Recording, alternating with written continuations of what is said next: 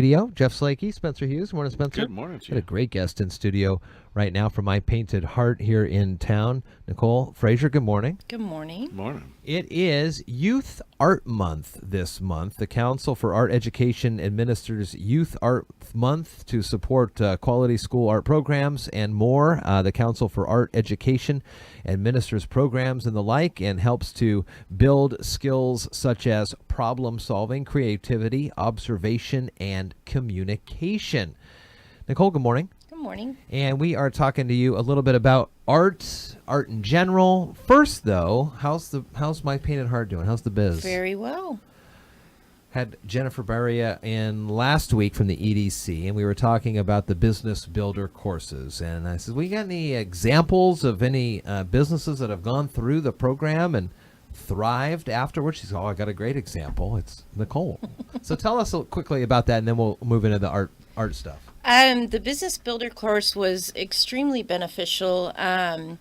You learn everything from basic bookkeeping, advertising, finding your perfect market. It covers just about everything you need to know to get started. And it helps even if you have already started, and it just gives you that extra boost.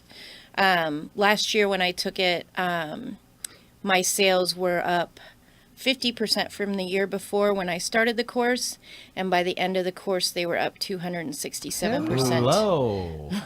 Wow. Just by implementing the things that I learned during the course. Were they difficult things to implement? No, and a lot of times it was like, well, I had never thought about that. Sure. That's cool. Were you going down a certain path in maybe the way you design or create your shirts and have them for sale, and then through the course and the conversations you says maybe this is a better way to do it, so you kind of changed courses through, or did you have, or you kind of knew where you were going?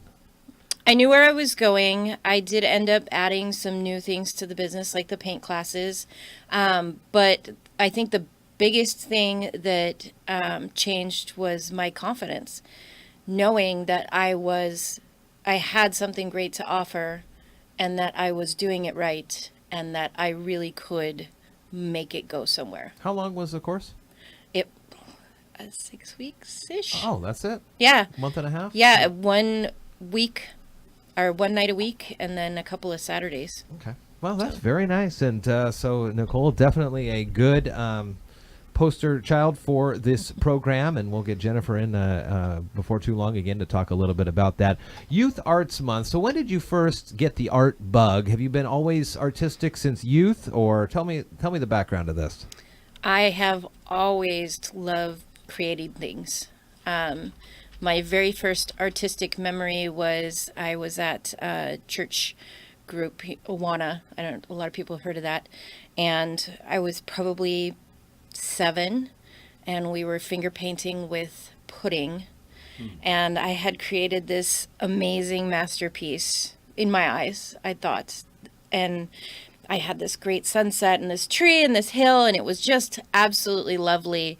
And the teacher came up and she just scribbled her fingers over my painting, and she goes, "No, you do it like this." And that actually made me fight harder for my art. I painted my first mural when I was 12. Wow. And I've done, I think, 6 murals. And I was always painting and drawing as a kid. That's always what I wanted for my birthday, for Christmas. If we went somewhere, I want an art pad. I want a new paintbrush. I want a new sketch pen. That's just all I wanted. And then as an adult, coming into motherhood, got busy with that. And it wasn't until I started the t-shirt business that I got back into art. You talked about confidence going through the Business Builder course. What were some of the skills you learned, you came about with growing up and putting yourself out there? Because, once you get it out there, folks just look at it, and that's the other side of this art story. The biggest thing that I learned is being brave. You are putting yourself on something else, your personality, your thoughts, your feelings, your view on whatever you're creating. And you just have to be brave enough to do it. I have a lot of people that come into my art classes and they're like, I can't do this. There's no way I'm going to come out with anything that even remotely looks like that. And by the end of the class, they're like, I did it. I love this. Yeah. I could hang this on my wall. And so the biggest thing I've learned throughout the years and in the Business Builder course is just to be confident in what you're doing, committed to it, just put that paintbrush on the canvas and just do it and just make it count. Head over to facebook.com/mypaintedheart. You can see the whole host of upcoming events, and some of them do have opportunities and options for kids to get involved. Tell us a little bit about some of these upcoming paint classes. So on Friday, we have a watercolor octopus. That one is a lot of fun, and it is for all ages. We actually had such a huge response for that. We had to move it to the 48.8. Oh, wow.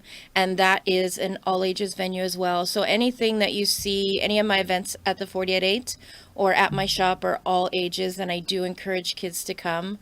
We've had paint parties that were themed, kids things. We had a really big Harry Potter paint party. And it was so much fun. We had a sorting hat, and Bertie Bott's every flavor beans, and just made it a whole experience. And that I ended up with 24 kids in that class. Wow. Yeah, it was amazing. That's great to hear about that number of kids in the community wanting to get out and participate in this. And I also have people that have bought personal classes for kids for birthdays and Christmas, which is a lot of fun. You get to sit down, you get to learn about their personality, what they like.